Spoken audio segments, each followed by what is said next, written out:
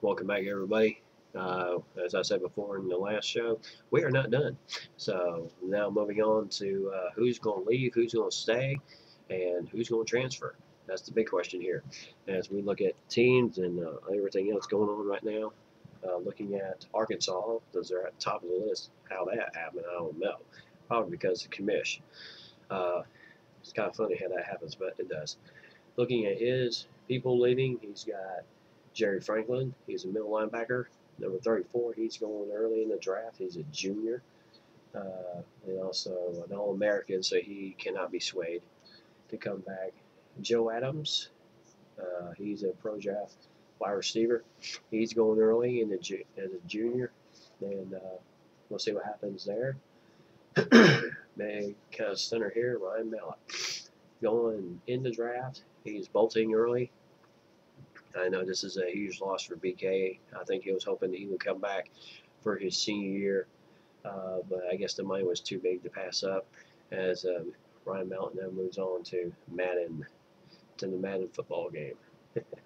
And then on the side note, he had sophomore quarterback Tyler Wilson. Tyler was thinking of transferring to the Air Force, but luckily BK was able to convince him to stay at the program, as Tyler Wilson will be probably the next one in line to compete for the starting job for next season. And so we'll see what goes from there. And then the rest of his list are all seniors. They are all leaving. Uh, Biggest loss for BK in that area is the tight ends. He's losing two of them, including DJ Williams, who is an absolute beast this year, 877 yards receiving, 4 touchdowns. What else can you say about the guy? He tore it up this year, including in our game. He was hard to cover in that game. Moving on to my team, I'm losing 3 guys. I'm losing the usual suspects: Mark Ingram, Julio Jones, and a big stunner to me, Marquise Mays, my junior wide receiver, 5'10". He decided to bolt early. He had a great year, 816 yards receiving, 9 touchdowns, and and then Julio with 978, 6 touchdowns. So you know, it's going to be tough losing Julio, but I still got a stellar class of wide receivers coming in, so I don't think it's going to be too harsh. I got Trent Richardson as my backup to Mark Ingram. That's going to be a good thing there, as I don't lose him. As yeah, he has some minimal carries this year, but I just did not have a lot of games in which uh, he was able to play in. So hopefully, next year he's looking to him and Eddie Lacy are going to be the two looking at starting to grab that number 1 spot for next season. And then everybody else are seniors. I lose 2 centers in the mix, Ryan Motley and then David Ross. I had 3 wide on the center position, so losing these 2 are huge. And then of course Greg McElroy, my quarterback, he leaves after a fantastic year at quarterback, 3,783 yards passing, 30 touchdowns, 10 picks. He set 2 records for school in the school record. He set them for touchdowns thrown in a season, and then in also yards in a year. So great job, Greg McElroy. You will be missed, my friend, as he leaves out on a good note. Um, so he will be missed, but we do have a stellar class of quarterbacks coming in next season. We got AJ McCarron, and then you got the rest of the guys that got behind him, who are very good also. So I don't think I'm going to be losing a whole bunch there either. Florida is the next guy we're going to be looking at here. Kind of a big center here, but you got tons of guys here. You got 2 sophomores, wide receiver Frey Hammond, All-American. He cannot be swayed. Uh, Jeremy Brown, Jay Howard, and John Brantley. All these guys are all Americans. They cannot be swayed in returning, so they're good as done at Florida. And then you also lose Jeffrey Demps. He possibly could be swayed since he is under the 95 rule of the TF Dynasty rules. So we'll have to see if he comes back. And then you had Desmond Parks. He was thinking of transferring to Tulane. He's a freshman tight end. And how Sox and Gators is going to handle that, we shall see. it will be interesting. And then if Florida loses a ton of guys for seniors, and but I know that Cyclones and Gators will have this team ready rolling again next season as he gets back in the mix here.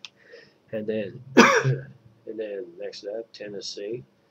What else can you say about Tennessee? They got pretty much a good class coming in here. Um, Basically, all seniors are on this list, so nobody leaving early.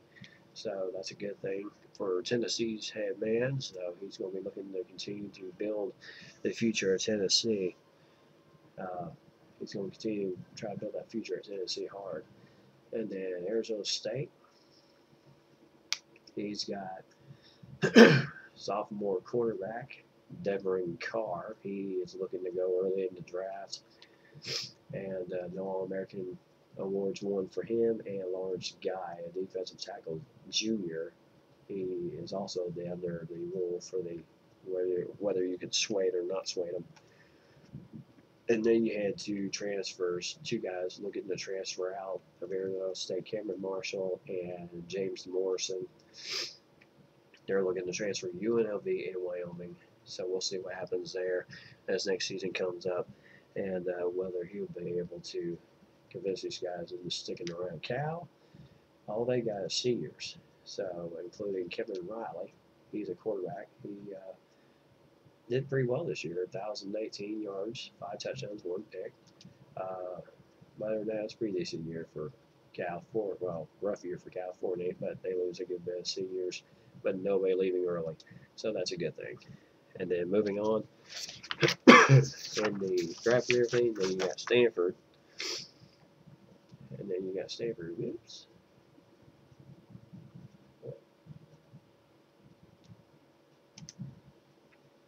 You got Stanford program here, who is going to be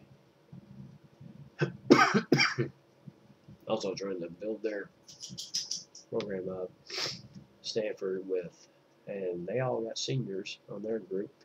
Biggest surprise to me, not seeing one guy on this list as Andrew Luck, the quarterback of Stanford.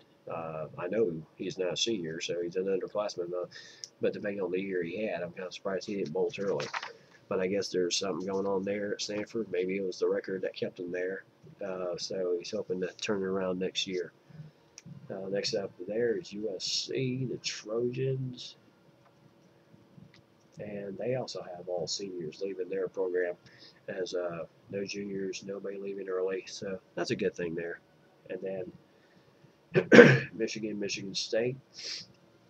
Michigan, I can pretty much tell you, I looked at it early. Nobody leaving early at Michigan. So he's going to have a good thing coming in. For Michigan State, you have Keyshawn Martin, the wide receiver. He's thinking of leaving early for the pros. And then you have Kirk Cousins. He's also thinking of the draft himself. So we'll see what happens there as their head coach will try to convince him to stay and come back next year for his senior year. So, and then Ohio State Buckeyes, have an up and down year for them. Not a national championship year as it was once predicted for this team. But they've gone through 3 coaches this year, so kind of seems like this team is nobody wanted to coach this team. Well, actually, there was one guy, and then he bolted after BK Hogg. That's Amiak, who bolted after BK Hogg, put a 31-17 demolition job on him, and then he decided to say bye-bye. So, but the only one leaving the program is Dan Herron, the halfback, as he decides to bolt early for the draft. He had a good year, over 1,537 yards rushing, 19 touchdowns. So his numbers were good, possibly test the draft. Then you had 3 guys looking to transfer. Jordan Whitney, he's looking at Iowa. He's a freshman. Dominic Clark, he's a quarterback, and he's looking at transfer to Minnesota. And then James Jackson, he's also a freshman wide receiver. He's looking at Eastern Michigan transfer too. So it'll be crucial to see what happens in the meetings there with the coach, see if they're going to stay or not. And then finally, last but not least, you have the Wisconsin Badgers. and what it's going to bring the future for this team.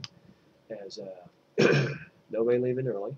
We do have two possibilities of transfers. Defensive tackle, he's a freshman. Bo Allen, he's looking to transfer to Kent State. And then you had Travis Frederick, as he's a center and a sophomore. He's looking to transfer to Notre Dame. So hopefully the head coach can convince him to stick around. Wyoming does lose Scott Tolzien.